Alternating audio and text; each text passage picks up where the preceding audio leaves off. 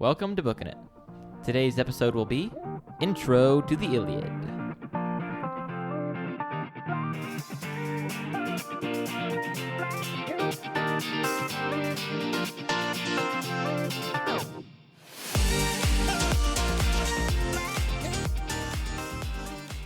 Hey everyone, and welcome back to Bookin' It. I'm your eloquent host, Cooper Cobbs.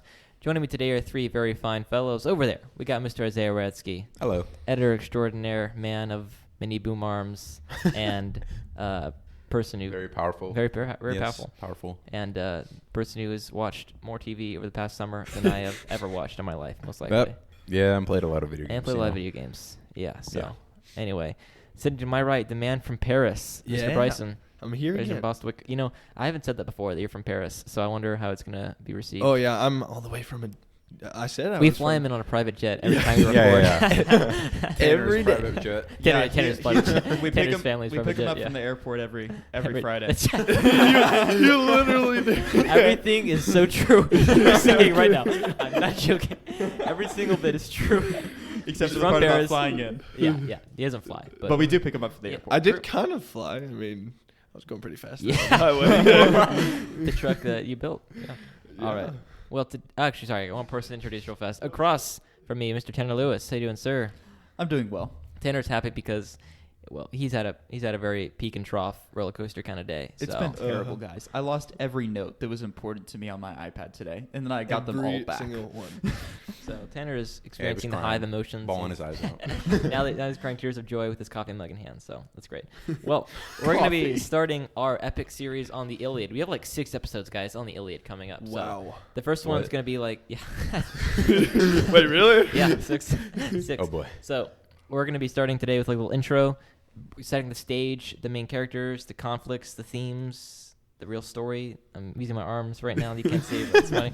So I guess first off, let's explain to people who are never going to read the Iliad or never have, like, what's going on here? What's the story of the Iliad? First off, great choice that you're not reading it. No, It's one of the classic pieces of literature of all time. So True. there's that. Yeah, Bryson, it's do you wanna- interesting just getting into the introduction of it. Like, I've heard so many people talk about the Iliad, and it's like, I'm never really going to get into that, never going to read it. Well, I was kind of Here you forced are. to, Yeah. so... Here we are. Yeah, and not by the podcast, actually, by CC, but... Yeah, so... That's right. We don't would have- never. Yeah. But it curse of power has failed in the past. So Yeah, but it is explaining a whole lot of Greek culture and history that I did not understand. Mm-hmm. So basically, it's the story. It follows the siege of Troy, and I think most of it takes place over a really short period of it's time. like in the 9th year, a few weeks in the 9th year of the siege. Yeah, it's a very short amount of time, but it's basically following Achilles and what happens with him. What happens? It follows Hector of Troy as well, but it's just a journey of his story, how both of them eventually meet their demise. Are destined to meet. Yeah. Yeah. Well, actually, only one of them meets their demise in the Iliad. Well, yeah, One of them in will. the Iliad. It's hinted at one will meet his demise. Yes, but, yes. But There are 3 just kind the of story. major plot points, though. You got Achilles gets dishonored by Agamemnon at the very beginning. The Trojans, because Zeus helps out the Trojans, and because Hector is being like a mad beast, helped out by the gods, starts beating back the Achaeans and the Greeks.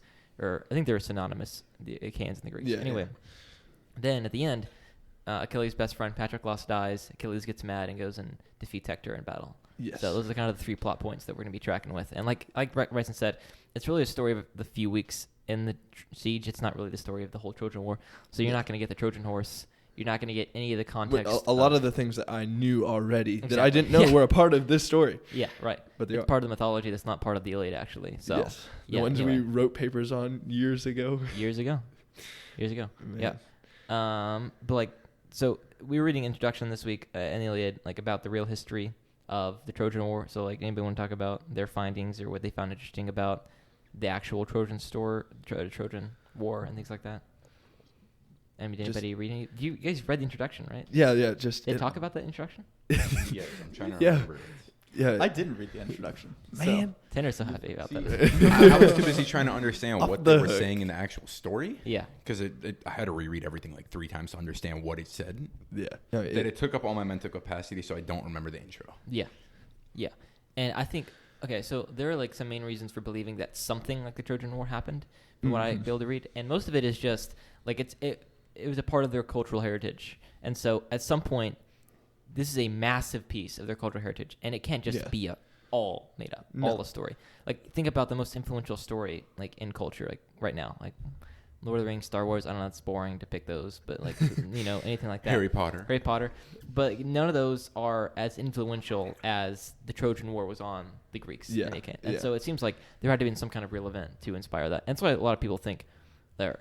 That's why it's a main argument for convincing skeptics that the Exodus actually happened as well, is because this is a huge thing in their culture that could not have happened without some mass exodus and event like that. So. Yeah. I think it's crazy. We don't know how much of it actually happened, but at least from this perspective, it all started with just one woman. It started with like the story of one woman, and it could have just ended right there, except just all these things happened to her. Just kidnapped, and then it actually. Wait, so are you referring to the story behind the story that kind of sets up the Iliad? You want to talk about that a minute? So now that we know the real story of maybe there was something going on with the Greeks and the Trojans, but what set up the context for basically the Trojan War? Yeah, so basically, in Greek mythology, the gods Hera, Athena, and Aphrodite have this contest to see who is the most beautiful out of the gods. Right. I don't know why it was just limited to those three. Well, it's okay. This is what happened was the goddess Strife, who we talked about last week, or a couple weeks ago on Theogony, she threw an apple. Okay, she wouldn't get let into this massive party of the gods, right? And so anybody, if you're not let into a party of the gods, then you're mad, you know? And she's Strife, obviously, so she's very mad. She takes an apple and she writes "for the most beautiful" on it and chucks it into the party. And it's like, and so Aphrodite, Athena, and Hera all try to claim it, and then you can keep going from there. Yeah. So then what is it? How does it then lead into hell? I'm kind of forgetting. Zeus is like, okay, how are we gonna how are we gonna resolve this issue? Yeah. How are we gonna figure out who is really one to? He's like, all right, how can we further divide my kingdom? Right. And make so he calls up this other? guy named Paris, who's a prince of Troy, and he has this whole backstory. We won't go into that, but he has a whole backstory. And so he calls him, and he's known to be a fair judge of character. And so he's like, this will be fine, and it won't be on me. It'll be on this dumb mortal who can get killed. And yeah, exactly. He's like, it's a cosmic joke. Yeah. He's like, good luck, Paris, good luck. And so Paris is forced to choose between the three. Yeah. You remember what happens next? And then they each promise him something. Right. What is it that they promise?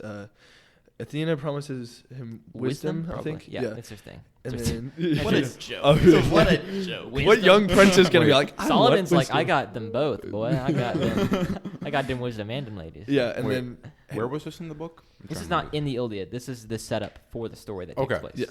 This leads us up to the if you guys read this in the Iliad, then I read something totally different. Yeah, in fact, it's only referenced once in book 24. I looked up the reference, and it's the very end of the book. It makes 5-line reference to the whole story that happened. Okay. Yeah. Just making sure. Yeah, no, it's all wild, bro. It's all wild. So anyway, they all show off. Yeah, they show them the goods. What is Hera's? Because that's Athena's. Hera promises a kingdom or something. Yeah, maybe it was she promised. Yeah, you're right. I feel like she promised some hey kid, you want some land? Yeah, no, that sounds right. But he's already a prince. Well, it's kind of like Satan offering Jesus. It's it really felt like that. But it's more than that though. He's offering him it actually is a mortal kingdom. Yeah, good offer. Yeah. But then the last one is Aphrodite, who then offers the most beautiful woman in existence, which at that point is Helen. Which she didn't own or anything. She had to then go kind of convince. Yeah. So from what I can read, is it it's supposed to be vague as to whether Helen wanted to go with Paris? Yeah, not. I think so. At least it because seemed that way. The introduction that I read took the stance of he kind of charmed her and she wanted to go with him. That's what it seemed like. Things that I've read about it in the past have usually been about the idea that she didn't have feelings about it, right? Oh, okay. She just kind of hey, women don't have feelings in the Iliad. That's right. Women don't have feelings. Women don't. No. She came with him, and he brought her like a pig. What? Really? Where did you read this? That's not what I read. I made that metaphor myself. Oh. You're welcome. Obviously. Okay. Well, what did they say? Is it in Proverbs 31? No, a ring and a pig's. The idea was just that she just didn't really have any say in it. Yeah. So he just kind of took her, and she's like, okay, And I'm here's with a this pig. guy now. Yeah. I'm living with this person for the rest of my life. Yeah, I think eventually she developed some sort of Stockholm syndrome for him. Yeah, it does sound like that. Yeah. It does sound like that. Yeah. But then eventually later in the story, she kind of regrets her decision. Probably, I would too. Yeah. Well, I mean, let's I be hope honest. so. The picture of Menelaus, who's actually here, was her previous husband, I guess, and She his was brother- married, yeah. Yeah, and his brother Agamemnon, not the most flattering picture. So. No, not Yeah. at all. Well, that basically happens, and then so there's some other context about apparently Helen's like dad made a deal with all the people who were trying to get Helen. They were like, "Hey, listen, if Helen ever gets like captured, you guys will all come fight and get her back, right?" And they're like, "Yeah, we will." And so even though like a lot of Like them, they were expecting this. They were trying to do it to like win her hand, right? But then Uh-huh.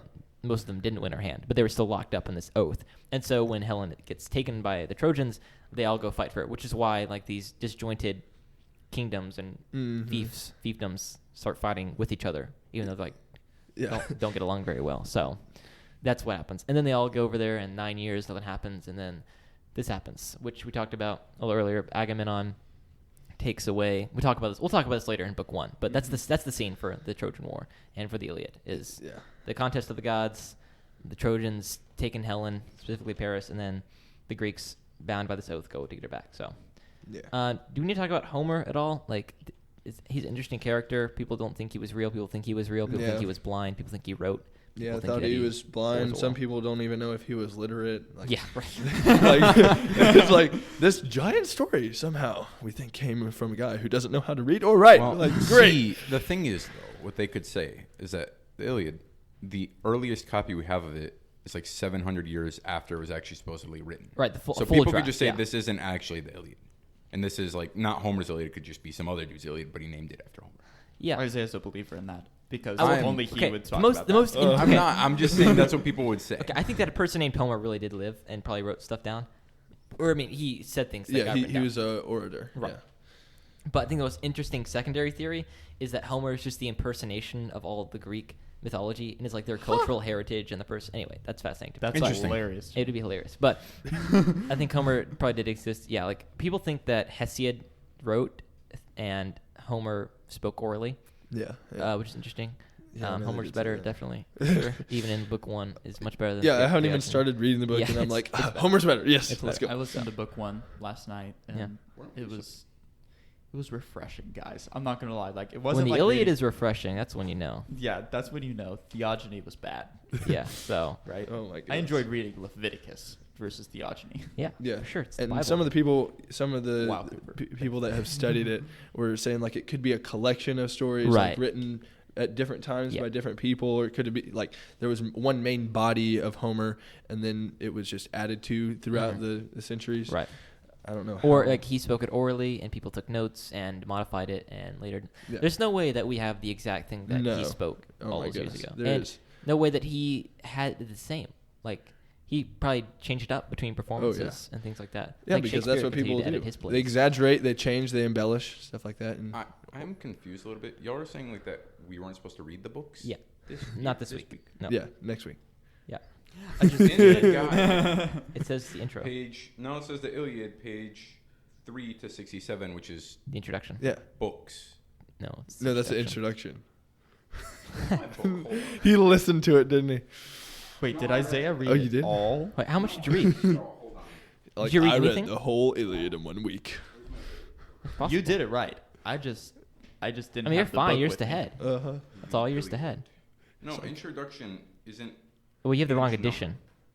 edition. Mine was I do. Well, it's not. It's not a wrong edition. It's just not the one that CC has, I guess. yeah, because Oh. mine was literally page 3 through 64. If I you just want thought the it was CC weird edition, 'cause I on have page 3. It's book 1, and then I read to book 3, which is literally ending on 67, which Well, is the page number. Right, that it but we're says in supposed the to read thing. books 1 through 4 when we start reading next week. So it's all right. It's okay. How did it match up? We the all pages make on the mistakes. CC is though? infamously bad at this. So We all make mistakes, You can cut guys. this out. I Okay, guess. well, I have no So. clue what they're talking about then, y'all. Sorry.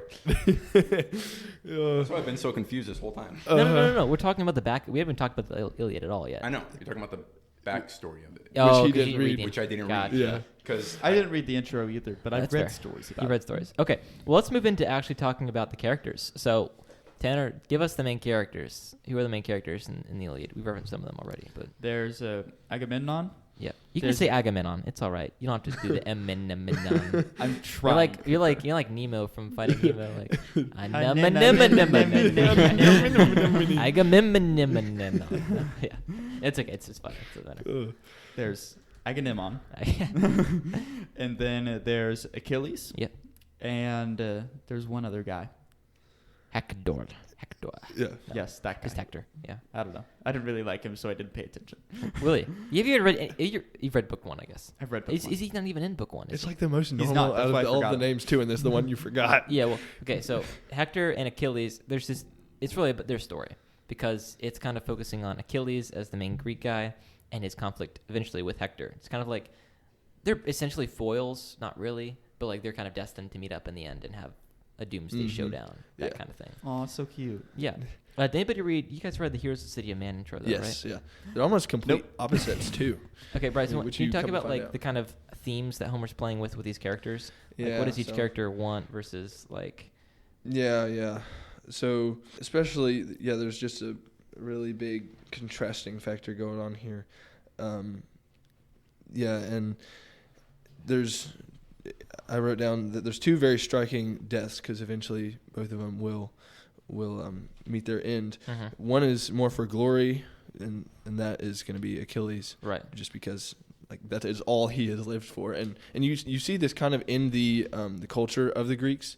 You see they live a whole lot more for glory and fame now. Yeah. Whereas we as Christians, we don't live for glory or fame at all. We live for the glory and fame Right. of Well, and that's interesting Jesus. because it was talked about there. Like, only the gods are supposed to be immortal, right? Mhm. Well, except for mortals try to win their glory through fighting. Yes, through that war. was something I really liked too. It was talking about men fight for glory and honor on earth and trying to become gods. Right. And then the gods come down fighting their own battles, trying to act like men. Yeah, and it's true. except they Men don't, they become gods, can't gods become die, men. they can't Yeah. experience things like men, and they can't get the kind of same glory and honor because there's something in dying for what you believe in. Yeah. You can attain a certain Yourself, in this case. amount of yeah.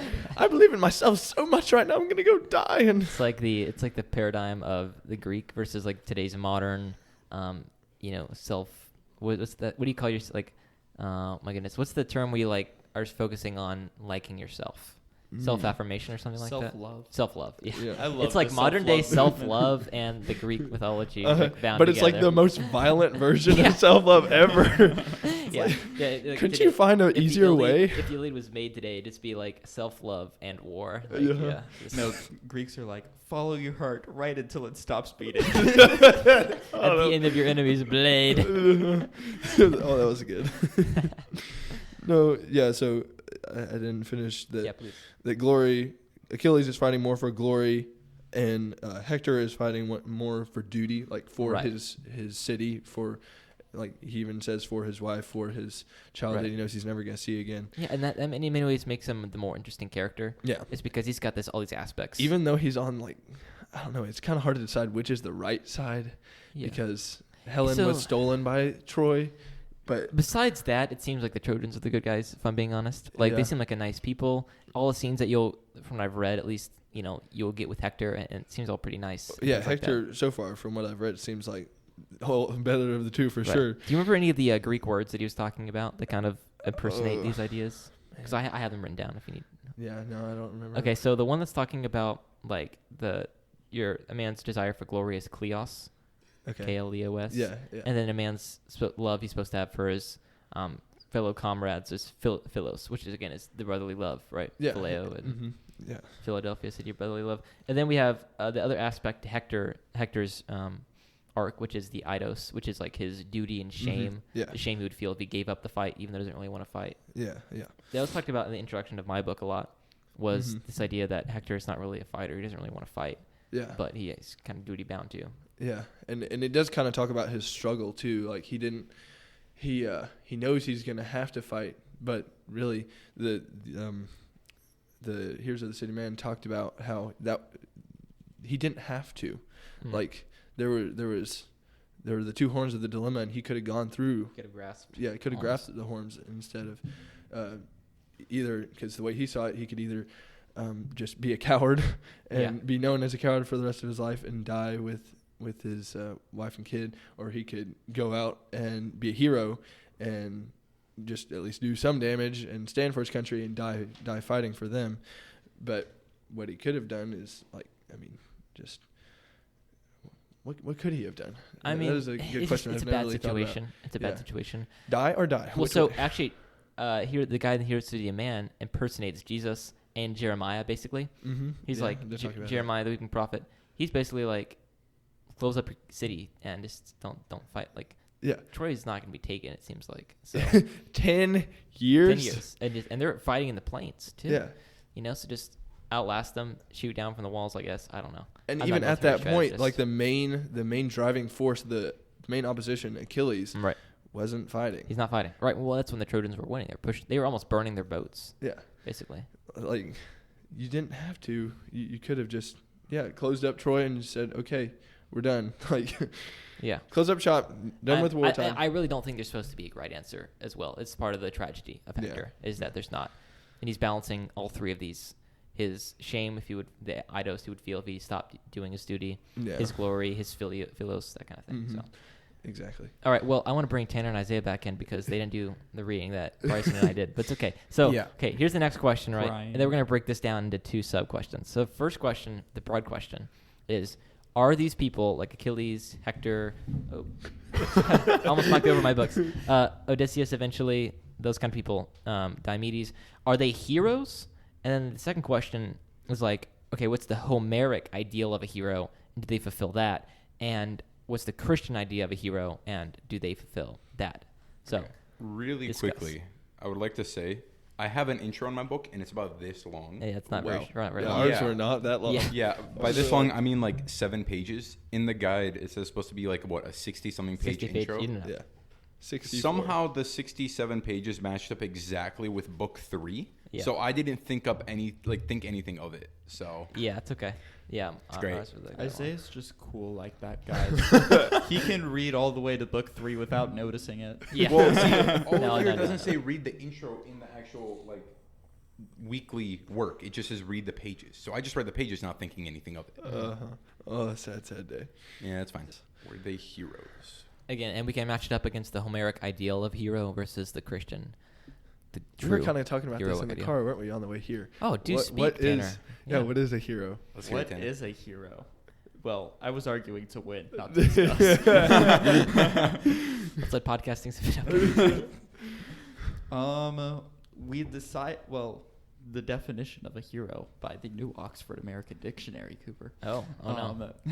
Is a person who is I'm paraphrasing now. I hate paraphrasing. Wait. No, he doesn't. No. Doesn't. Yeah. I don't paraphrase, guys. What about you, Isaiah? What's your take? Are these people heroes? You said it's from like. We can break it down into Homeric ideal and Christian. Yeah. Okay. So from Homeric, probably. Oh yeah. I would say so. Yeah. I mean, they were strong. They were very good at combat. Definitely won a couple of battles, wars, all this stuff. Mm-hmm. Christian. We'd have to define what a hero would be in the Christian. As is being smart. You're right. Yeah. Exactly. I would think it would have something to do with giving glory to God instead of yourself. So no, because they're not Christians and they worship the pagan gods versus the one true. We actually on our whiteboard right now we have the different types of the names of God as used in the Old Testament and Deuteronomy 6:4 and things like that. So what Cooper learned from reading the preface of the ESV Bible. Standard, the English Standard Version of the Bible. Tanner, did you look it up? I did find it. What is it? I did find it. It says a person who is admired or idealized for courage, outstanding achievements, or noble qualities. All right. I did notice that idealized. So it's not necessarily how the person themselves, how they view themselves. It's how other people view them. Right. So external. Yeah, I think looking back on it, we can definitely say that Hector was a hero according to the world standards or to the definition there. Mm-hmm. Achilles, I don't know, for especially the first half of the book when he's really just throwing a pity party and not wanting to get back into the battle. And then when he gets into the battle, it's not really to be a hero. It's just revenge. Yeah, it is. Like, his best friend died. Yeah. Because, and he was kind of at fault because he, like, put he was like, go into battle with my armor on, pretend to be me, and let them kill you. Yeah, it's kind of, not really, but kind of, yeah. Yes, but no. Yes, but actually no. Yeah. So, I mean, I think the whole question comes down to, okay, well, first, what's the Homeric heroic ideal? Like, is it this warrior dude who's going to fight everything and give himself glory? Is that what the Homeric heroic ideal is? A Homeric ideal is fight, win, kill some more. Okay. Fight, men fight for dignity and honor, and that's what makes their lives mean. Really, right, and actually, Heroes of City of Man talked about the synonymity, the equivalence of killing other people and also being killed to gain eternal glory, basically. Mm-hmm. And so that's kind of their worldview, is any means through fighting, either killing or being killed, right? Yeah. And so that's kind of the Homeric ideal. And it's interesting to see the kind of, okay, so does Homer, the author, think that Achilles is a hero, that he's right in all cases? Like, what do you think about his pity party that he throws? What do you think about Hector end up dying? Like, is Achilles the good guy? Is it a tragedy? Like, I don't know. I feel like it follows him. Does it follow him more? No, definitely than Hector. Yeah, definitely. It follows Achilles more. It's more of Achilles' story, and it kind of ends up being a little bit of a redemption story, because by the end, he's like he's given the body of Hector back to his father. Right. To Hector's father. Not after much urging and much not after rebelling. Some pretty. Do you guys know what happened to Hector's body after Achilles killed Hector? I don't know what y'all are talking about. At the end of the story, Hector and Achilles fight. The end of like the full Iliad? Oh, I don't know the story. Mm-hmm. Okay, well, at the end of the Iliad, Hector and Achilles fight. Achilles wins thanks to some God's help, basically. Mm-hmm. Hector is dead. Hector's like, bro, can you get back to my parents after I'm dead so they can, like, give me a funeral? He's like, no. You dog. Like, literally, that's kind of what he says. Uh-huh. Then they take off his armor, because armor's important, and they tie him to a chariot and drag him around the city fast as they can, celebrating and whooping and reveling, until this guy's like. But Zeus proclaims some sort of like dude, what healing curse or something. Turn on explicit content, but we might. No. Okay. So what happens at the end though is that Hector's dad goes. And Zeus preserves the body too. Yeah, Zeus does some stuff. I don't think it's as bad as all that. Just to clarify, like, this is at the end of everything. At the very end. Yeah. Yes. What we're gonna read in like 5 weeks. Right. Okay, good. But I think making sure I didn't mess up another reading. Oh yeah, and doesn't Achilles throws like some sort of Olympics, like the first Olympics? like funeral games. Yeah, that's what the first Olympics were. They were funeral I don't know about Olympics, but kind of the basis for it. There were a lot of fun games that they were playing. So yeah. And whenever, like, he was having so much fun there, but whenever he had like grief returned to him for his best friend. Oh yeah, Patroclus. Then he'd be like, Patroclus dying. He's like, let me go ride the chariot. Okay. So let's return to the question: is Homer pro Achilles? Does he think that's all good, or does he think that there's some nuance and balance and? No, I don't think he's pro Achilles. Okay. Not at least the whole time. Tanner, what are your thoughts? I don't have them formulated. Okay. There's that. Yeah, this is an intro episode. We'll talk about this. Maybe these are questions that we'll have to come back to as we read more of the story. We're going to discuss them more. You contemplate. I will contemplate. I just have talked a lot, and I want other people to I talk. wasn't really talking to you. I was talking to the people that we're talking to. Oh. Tanner looks at me and says, you contemplate. Yeah, I thought you were talking to Cooper. Like, no, it's for the listeners. No, I'm going to stare at the computer. Okay. You contemplate. That sounds good. Isaiah, what about you? Do you have any thoughts? I wouldn't say maybe that like he agrees with everything, but definitely is more leaning toward his side in the sense because he's like more the main character and definitely showing how powerful he is. Yeah. Something that Homer does a really good job of, which I know we'll talk about later as we're reading it, but he uses similes to like a really, really in-depth. And a lot of times to keep with the meter that he's trying to hit. Yeah, too, but it really helps the reader understand what's going on because you can picture it. You can see it in your mind. Like, but he uses them for war, like explaining the things going on in war. Right. So, and because war is viewed not so positively there, but it's as an avenue to achieve glory, maybe. Yeah. It is like the ultimate ideal through war achieving glory.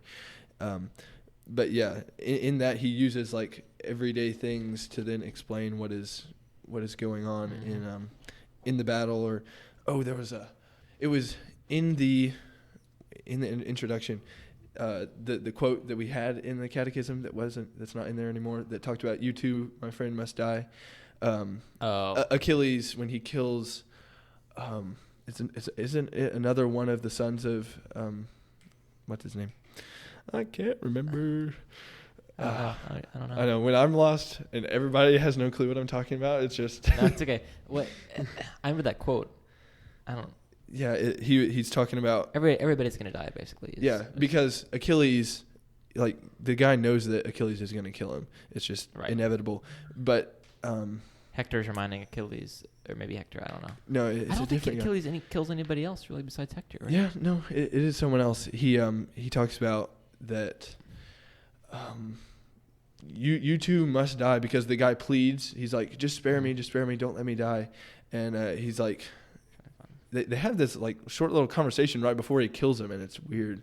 He's like, "No, I have to kill you. That's part of me achieving my glory. Right. That's a part of me winning like the overall battle for fame and success and glory and revenge." It's actually funny. At the very end, Hector is killing Achilles, and it's described like his spear goes through his throat. But you mean Achilles killing Hector? Yes, sorry. But say, hold up. But you just ruined like changed the whole story. So the spear goes through the windpipe, but it does not block his ability to speak. Oh, you so know. The spear goes through his throat, but it's very careful to say, like, but he can still talk. Like, it didn't hit that part of the throat. So they can have this little chat. It's interesting. Okay, last thing. What's, like, the Christian ideal of a hero, and how do the characters fail to live up to that? Well, I think it starkly contrasts against this idea of a hero, obviously, because, I mean, it's me versus God. It's me trying to achieve glory versus me giving God glory. And Achilles and Hector are trying to achieve glory, like grasping it from the gods. Yeah, trying to steal it. Yeah, but not trying to wrestle against fate and the gods' choices. Yeah, but I think a hero, more in the Christian sense, is one who looks to God, is given strength from God to do God's will, and does it no matter what the consequences are, no matter what. So like we look at Esther maybe as a hero. We look at Samson as a hero. Yeah. We look at some of the judges. Right. And Moses in a sense, and just Joshua. What they did, putting all their faith in God and just following Him to the end. I mean, none of them were perfect. Right. Like obviously. None of these heroes are perfect either. Some of them have better aspirations and better things they're chasing after than others. Like a Christian hero is going to chase after God. Right. But I think two passages are very important. And Tanner, I think you're familiar with these passages: Philippians 2 and Hebrews 11 and through 12. Yes. Yeah. And so, like Philippians 2, the whole conception is Jesus is the ultimate hero. Why? Mm-hmm. Because he emptied himself. He's exalted because he suffered. He's exalted because he was humble, right? Mm-hmm. And these people try to exalt themselves not because they were humble, because they're opposite of humble. Yeah. But and then Tanner, tell us about Hebrews 11 and how those people live up to the Christian ideal, especially with Hebrews 12, 1 through 3. And that's the one about how we're surrounded by a great cloud of witnesses, right? Yep. Yes. Yes. Here, let me. You don't have to read it. I just want you to talk about how that relates to the Christian hero. I would love to. Okay, read whenever I have thoughts. Tanner doesn't like paraphrasing. Yes, I hate paraphrasing. I'm also brain dead right now. For those of you that don't know, I just got back from a week-long vacation where I did nothing, period. Like, that was my vacation. It's the Lewis family. Middle of school year, week-long vacation. For zero reason other than to see people. Yeah. That sounds about right. Sounds about right. Yeah. It was amazing, but now I'm brain dead. Repeat the question. Basically, like how? Okay, so we're talking about the Christian hero. Okay, what's the difference between the Christian hero and the Homeric hero? And how do the characters in the Iliad fail to live up to the Christian ideal? We talked about Philippians 2. Hebrews 11 is the passage of all the Christian heroes, the Hall of Faith. And then it leads into Hebrews 12, 1 through 3, which kind of summarizes the impact of all the heroes that we just talked about in Hebrews 11. The difference between, like, the two of them, right, is that on one hand we have our Christian heroes, right, over here that we're looking to Jesus, right, in The Hebrews founder and 12, perfecter of our faith. Yep, who endured the cross, despising all of the shame that he got for enduring the cross, and is now seated at the right hand of God, glorified. And then there's the people in Homer's idea of heroism. Heroism, yeah. And his idea is that you will be glorified for being glorified, right? Like for no other reason than you were like shaming people. One is that Christ suffered. Yes. In humiliation and humbleness. Yep. And was therefore exalted. Number two, you talked about this earlier with the definition, and Bryson references, it's all about like external fame, external adoration, external admiration. Whereas all Christ cared about and all we should care about is glorifying God. Yeah. Boom, mic drop. Oh, yeah. We succeeded. Jesus is the great hero. Looking to Jesus. Okay. Well, folks, thank you for listening. We'll do some donor shout-outs now, and we'll meet you back here next week. So, Isaiah, number one, where should someone go if they should want a donor shout-out? And number two, if they should possibly, why should they do those steps? Okay. So, I guess to answer number one, you go to patreon.com/bookinit and donate to any of our tiers that are $5 and up. That's right. Well, I guess reasons to donate. One, you get to hear your name said by us on the podcast. True. Shout you out. Personally. 2, we would greatly appreciate it. And 3, it'll help keep us up and help us keep making more episodes for you guys to listen to. Tanner put a proposal in front of us about how we can kind of expand the podcast growth. And so, yes, if you would like to be a part of that, yeah, and you would like to see this podcast grow and see more people, us be able to reach more people, yeah. Please support, because we have plans that are in the form that I'm creating for us. It's going to be great. But another thing is you can also get access to our Patreon-only posts, which are very awesome. Yes. They are very awesome. Very awesome. Continuing to make superb. Yeah, well, you have access to Cooper's weekly nerd post. You have access to Isaiah reading oh my Shakespeare. Goodness. Like I did not. When? Huh? No, I did not read any of. I haven't read any of Cooper's weekly nerd posts until this week, and I was like, oh my goodness, that is awesome. They're amazing. They're pretty funny. They're actually very informative. I have a lot of things that I can pull out of the back of my pocket. So they are useful. It's great stuff, guys. Yes. It's great stuff. It is useful. We also have it's only getting better. Essays that we've written. We have for just tons scattered of things. essays Tanner and I have written on there. It's pretty fun. We have what else do we have? Yeah, we have updates. You have personal messaging with us. Yeah. You do. You Very also fast. You also get various posts from the Tanner. The Tanner. I for some reason was like organizing our posts, and I just created the tag the Tanner and attached it. You have Tanner's rants. Oh, you have Tanner's rants. I need to come. I need to do do some that. more Tanner's rants. I need to do those. Yeah. Support us. Anyway, I can find time it's to all do great. Tanner's I think rants. that soon we're gonna be doing a like why you should support us. We'll be like showing Give us money. Yeah, we'll be showing like a clip from a bonus episode that you can get for supporting us for $10 a month. And we'll also we be have doing reasons. We have reasons, and we'll be reading maybe an essay or two. So we'll do a whole podcast about that later on. But you're not supporting our pockets; you're supporting our growth. Let's that's clarify true. that. Yeah. And our podcast. Well, the growth of the podcast, right? Moving None on. of this has gone to. Moving on. Moving on. All right. It's gone way too long. Donor shoutouts. Nana. Yeah, Nana. Van Pappy and Wayla. Van Pappy and Wayla. Thank Isaiah's you. grandparents, Mike My and grandparents. Sylvia. Oh, my grandparents. Isaiah's grandparents, yay.